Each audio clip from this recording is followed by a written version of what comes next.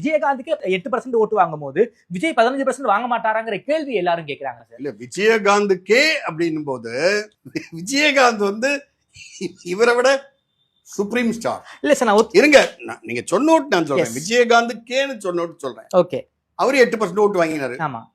அடுத்த தேர்தலில் ஜெயலலிதா கூட போய் நின்னாரு. அதுலயே அவர் சஸ்டைன் பண்ணியிருந்தாருன்னு வச்சுங்க, இன்னைக்கு விஜய் எல்லாம் ஃபீல்டே கிடையாது. விஜயகாந்த் எங்கேயோ போயிருப்பார். இன்னைக்கு பாவம், he is no more, that is different. ஆனா அவர் எங்கேயோ போயிருப்பார். அவர் பண்ண பெரிய தப்பு, ஒரு பிரதான கட்சியான திமுகவை ரூயின் பண்ணி கருணாநிதியை மூலையில தள்ளி நீங்க எதிர்கட்சி தலைவரா வந்து உட்கார்ந்துருக்கீங்க.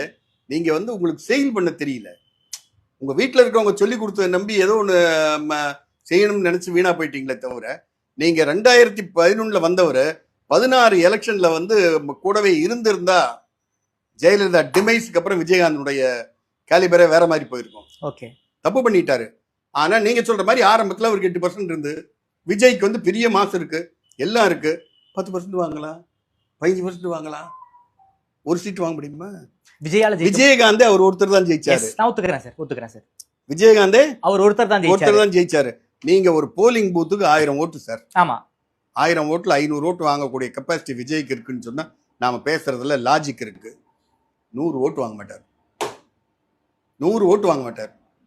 ஒரு பூத்துக்கா சார்? ஒரு பூத்துக்கு 1000 ஓட்டு. ஆமா, 64,000 பூத்து, ஒரு பூத்துக்கு 1000 ஓட்டு. 100 ஓட்டு வாங்கினா 10%. நீங்க சொல்ற அதே லாஜிக் நானும் சொல்றேன். இந்த 100 ஓட்டு அவருடைய கேண்டிடேட் ஜெயிக்க வைக்க முடியாது. நிச்சயமா முடியாது. முடியவே முடியாது. தலைகளா என்னால முடியாது. நீங்க வந்து இப்போன்னு சொல்றேன், என்ன வேணாலும் டேபிள திருப்புங்க. போலிங் பூத் உள்ள போச்சுன்னா டிஎம்கே வர்சஸ் ஏடிஎம்கே தானே தவிர டிஎம்கே வர்சஸ் விஜய்னோ டிஎம்கே வர்சஸ் சீமானோ, ஈவன் நாளை காங்கிரஸே வெளியே வந்து விஜய் கூட நின்னா கூட டிஎம்கே வர்சஸ் விஜய்னோ வராது.